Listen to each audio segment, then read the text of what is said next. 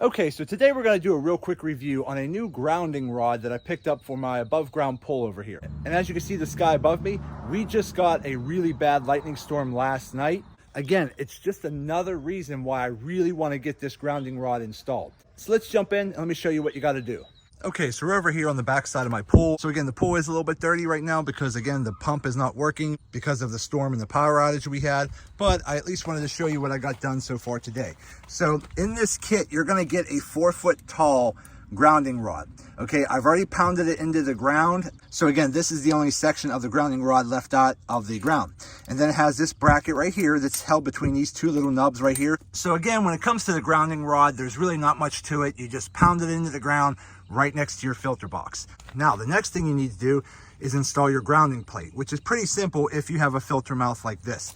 The best tips I can give you is you want to make sure you're keeping the grounding plate as low in the filter box as possible, as you see that grounding plate down there on the side, which is in this section down here. Now, the kit is going to come with a drill bit. So what you're going to do is anywhere along that bottom port right there, I would recommend putting the plate on the outside to get a general idea of where you want your hole to be drilled. And then you're going to drill a hole using the supplied drill bit. Now, water is going to start squirting out, but then you're going to take all of the hardware off of the mounting plate, leaving just the mounting plate. And then you're going to have a bolt stem sticking off of it. And then you're going to have a rubber washer. Leave the rubber washer on it. And then you're going to come from the top down through the water and stick that post through the hole you drilled.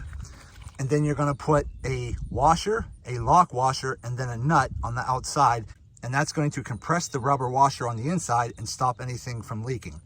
Then you're going to take your copper wire mounting bracket here and just slide it on. Doesn't matter, whatever orientation you want. And then you're going to put another washer, lock nut washer, and then a nut on the end. Tighten it down nice and tight. So now, pretty much at this point, the entire installation is done. You can go ahead and put your filter basket back in your filter mouth here. Go ahead and put your lid back on. Now, the next and final thing you have to do is you need a piece of grounding wire. You don't want to use stranded speaker wire or anything like that. You need a solid piece of copper wire. So I pretty much just connected the copper wire up here at the fitting, ran it down, wrapped it around the grounding rod at the top, connected it through the fitting, put the bolt through to hold it nice and tight, and then wrap the excess around the bottom of the grounding rod.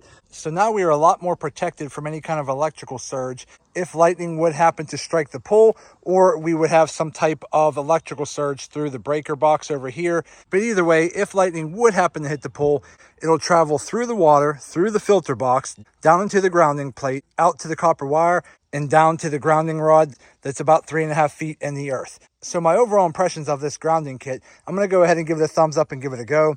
I think installation was pretty easy. Everything went good. So we're grounded completely and we're good to go. So if you're looking for a new grounding rod kit for your pool, I highly recommend checking this one out.